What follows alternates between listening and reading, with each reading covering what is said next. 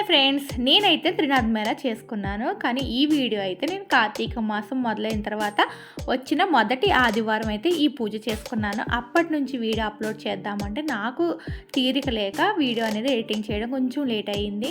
ఇప్పుడైతే నేను త్రినాథ్ మేళా ఎలా చేసుకున్నాను అనేది చూపిస్తున్నాను.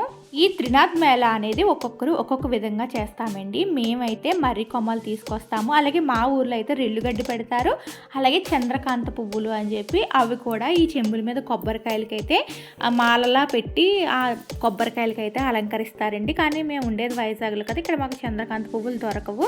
ఇంకా వైజాగ్లో వాళ్ళు అయితే ఎవరు కూడా ఈ చంద్రకాంత పువ్వులు అనేవి పెట్టరనమాట. అందుకే కొంచెం అక్కడ పద్ధతి ఇక్కడ పద్ధతి రెండు మిక్స్ చేసి అయితే పూజ చేసేసుకుంటున్నాను. ముందుగా ఏ పూజకైనా అధిదేవత అయిన విఘ్నేశ్వరుడు పూజ అయితే చేసుకున్నాను. తర్వాత త్రినాథ స్వామి వారిని ఆవాహనం చేసి త్రినాథ స్వామి వారి పూజ అయితే చేసుకుంటున్నాను. ఈ పూజ కోసం 3 మట్టి ప్రమిదలు తీసుకొచ్చాను, అలాగే ధూపం వేయడానికి 3 మట్టి చిలుమలు కూడా తీసుకుని వచ్చానండి. అలాగే 3 చెంబుల మీద 3 కొబ్బరికాయలు పెట్టాను. అలాగే శివుడికి పెట్టిన కొబ్బరికాయ పెట్టే చెంబుకైతే అడ్డంగా బొట్టులు పెట్టాను. బ్రహ్మ విష్ణువు పెట్టిన కొబ్బరికాయలకైతే నిలువుగా బొట్టు అయితే పెట్టి తర్వాత త్రినాథ స్వామి వారి అష్టోత్తరం అయితే చదువుకున్నానండి. అలాగే 3 తాంబూలాలు పెట్టాను. అలాగే అటుకులు బెల్లం ప్రసాదంగా పెట్టాను, చలివిడి వడపప్పు, అలాగే కమలాపండు, కొబ్బరికాయ. ఒక కొబ్బరికాయ అయితే కొడతామండి. అలాగే చెంబుల మీద 3 కొబ్బరికాయలు అయితే పెడతాము. తర్వాత నిప్పు చేసి ఆ ధూపం వేస్తామన్నమాట. ఆ మట్టి చిలువల్లో అది ధూపం ఏమి వేస్తామనేది అందరికీ తెలిసిందే కదా, అది వీడియోలో చెప్పకూడదు అని చెప్పి నేనైతే చెప్పట్లేదు. ఈ పూజ కోసం ప్రత్యేకించి ధూపం వేసేది విడిగా ఉంటుంది కదా, అది తీసుకొచ్చి ధూపం అయితే వేస్తున్నానండి. అలాగే ఈ త్రినాథ స్వామి వారి మేళా ఏంటంటే మా ఊరు సైడ్ వాళ్ళు లక్షవారం కానీ ఆదివారం కానీ మొదలు పెడతారండి. 3 మేళాలు చేయాలి అంటే వరుసగా 3 రోజులు అయితే చేసేస్తారు. ఆదివారం, సోమవారం, మంగళవారం చేసి బుధవారం అయితే దేవుణ్ణి ఎత్తుతారు.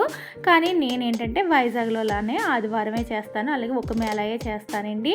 చాలామంది 3 మేళాలు ఒకేసారి చేస్తూ ఉంటారు. కానీ నాకు ఇంక ఈ కార్తీక మాసంలో కొంచెం బిజీగా ఉంటాను కాబట్టి నేను ప్రతి సంవత్సరం కూడా త్రినాథ మేళా ఒక ఆదివారం మాత్రమే చేస్తాను. ఎందుకంటే త్రినాథ మేళా అనేది ఆదివారమే చేయాలంట.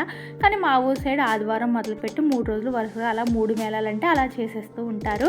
ఈ విధంగా త్రినాథ మేళా అయితే నాకు కంప్లీట్ అయింది. ఇంకా కంప్లీట్ అయిన తర్వాత ప్రసాదం కూడా ఇరుగు పొరుగు వారికి అందరికీ పంచిపెట్టాలి కదా. ఇంకా ప్రసాదంగా నేనైతే ఏమీ చేయలేదు, మనం ఏం చేయాల్సిన అవసరం అయితే లేదండి. కథలో కూడా అదే ఉంటుంది. ఇంకెలాగ ఇంట్లో అటుకులు ఉన్నాయి కదా అని చెప్పి అటుకులను అయితే నైవేద్యంగా పెట్టాను. ఇంక ఈ అటుకులు, అలాగే బెల్లం, కొబ్బరికాయ, అరటిపళ్ళు, తాంబూలు ఇవన్నీ కూడా ప్రసాదంగా చేసి అందరికీ పంచిపెట్టాను.